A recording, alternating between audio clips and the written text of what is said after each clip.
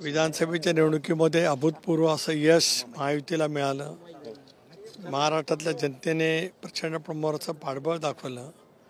अशा वेळेला विविध राजकीय पक्ष, त्याच्यामध्ये प्रामुख्याने काँग्रेस असेल, शिवसेना उभाटा असेल किंवा आदरणीय पवार साहेबांचा राष्ट्रवादी काँग्रेस पक्ष असेल, या वेगवेगळ्या राजकीय पक्षामध्ये सुद्धा हालचाल अंतर्गत खूप मोठ्या प्रमाणावरती होते आहे।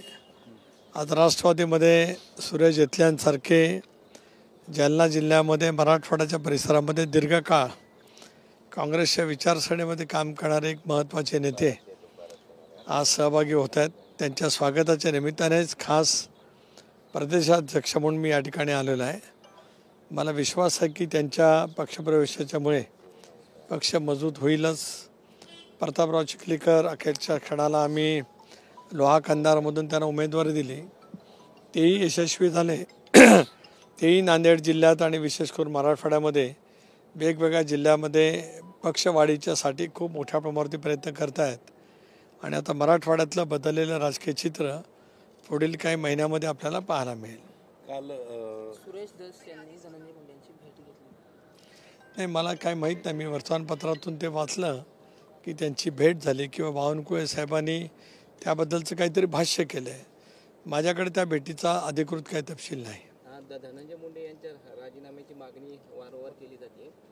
पक्षश्रेष्ठींवर सगळं जे आहे ते सोपवण्यात आलंय, अशा पद्धतीची माहिती आहे। नाही, ही माहिती आपल्या स्तरावरतीच आहे। एक असं आहे की त्या संदर्भामध्ये जी घटना घडली, दुर्दैवी घटना घडली, त्याची चौकशी 3 स्तरावरती सुरू आहे। राज्याचे मुख्यमंत्री, दोन्ही उपमुख्यमंत्री यांनी या बाबतीमध्ये अतिशय कडकपणाची भूमिका घेतलेली आहे। SITच्या मार्फत चौकशी सुरू आहे, CIDच्या मार्फत ही चौकशी सुरू आहे, त्याचबरोबर न्यायालयीन चौकशी सुरू आहे। या संबंध घटनेचा सखोल तपास व्हावा आणि जे कोण दोषी असतील किंवा या घटनेच्या पाठीमागे दुसरं कोणी जरी असेल त्याचाही तपास केला जावा आणि कठोर कारवाई केली जावी। राष्ट्रवादी काँग्रेस पक्षाची भूमिका त्या ठिकाणी आहे। एकीकडे आरोप त्यांनी केले आणि दुसरीकडे त्यांची भेट घेतली, काय वाटतंय? नाही, शेवटी एक असं आहे की आज मी वर्तमानपत्र आत्ता येता चालली त्यावेळेला धस यांचं एक स्टेटमेंट मी पाहिलं की त्यांच्या प्रकृतीची विचारपूस करण्यासाठी मी गेलो होतो। अर्थात ते दीर्घकाळ सोबत काम केलेले त्यांनी आहेत, हे मी स्वतः पाहिलेलं आहे। पण तरीसुद्धा त्यांच्या भेटीच्या पाठीमागचं कारण काय किंवा भेटीत काय चर्चा झाली मला त्या ठिकाणी अवगत नाही। महापालिका निवडणुका लढण्यासाठी भाजपची स्वबळावर तयारी सुरू आहे आणि तशी चाचपणी सुद्धा सुरू आहे भाजप। नाही, प्रत्येक राजकीय पक्षाने आपला पक्ष वाढवण्याचं काम करण्याचा अधिकार महायुतीमध्ये नक्कीच त्या ठिकाणी आहे। भारतीय जनता पक्ष हा देशांतील राज्यांतील सर्वात महत्त्वाचा मोठा पक्ष आहे, त्यामुळे त्यांची वाढ करण्याचा काम ते करतात। एकनाथराव शिंदे शिवसेना वाढवण्याचं काम करतात। अजितदादांच्या नेतृत्वाखाली राष्ट्रवादी काँग्रेस पक्षसुद्धा आपल्या पद्धतीने काम करतो आहे। स्थानिक स्वराज्य संस्थांच्या निवडणुका ज्या वेळेला सर्वोच्च न्यायालयाच्या निकालाच्या नंतर दृष्टिक्षेपामध्ये येतील त्यावेळेला राज्य पातळीवरती आम्ही बसू आणि मग महापालिका न्याय किंवा जिल्हा परिषदच्या निवडणुका असतील तर जिल्हा परिषद, पंचायत समिती न्याय या संदर्भातला निर्णय महायुती म्हणून लढायचं की स्वतंत्रपणे लढायचं हा निर्णय त्यावेळेला होईल। तशी काही चाचपणी तुमच्याकडून आज सध्या काही नाही। आज एक कलमी कार्यक्रम पक्षवाढीचा। धनंजय मुंडे जर दोषी आढळले तर त्यांचा राजीनामा घेणार। एक असं आपण जरतरच्या गोष्टीवरती भाष्य करण्यापेक्षा आज दीर्घकाळ तो विषय महाराष्ट्रामध्ये चालू आहे।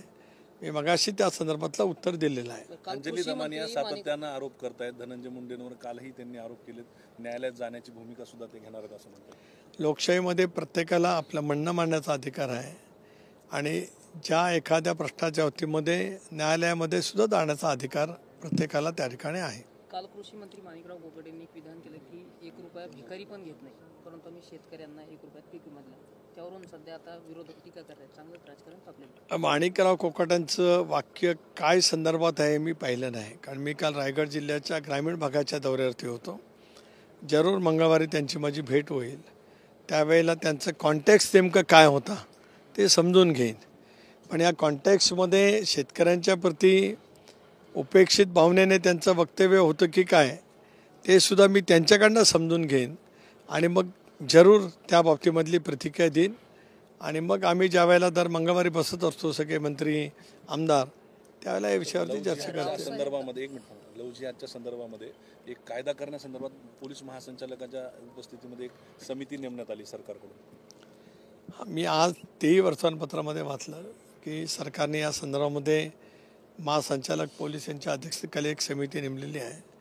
निर्णय सरकारने घेतला आहे. रावसाहेब दानवे असं बोलले की आपला पक्ष एवढा मोठा आहे, आपण थुकलो तरी विरोधक होऊन जातील.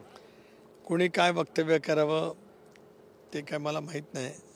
रावसाहेब दानवेसुद्धा 6 ते 7 वेळा लोकसभेवरती किंवा एकेकाळी विधानसभेवरती आम्ही एकत्रित काम केलं आहे.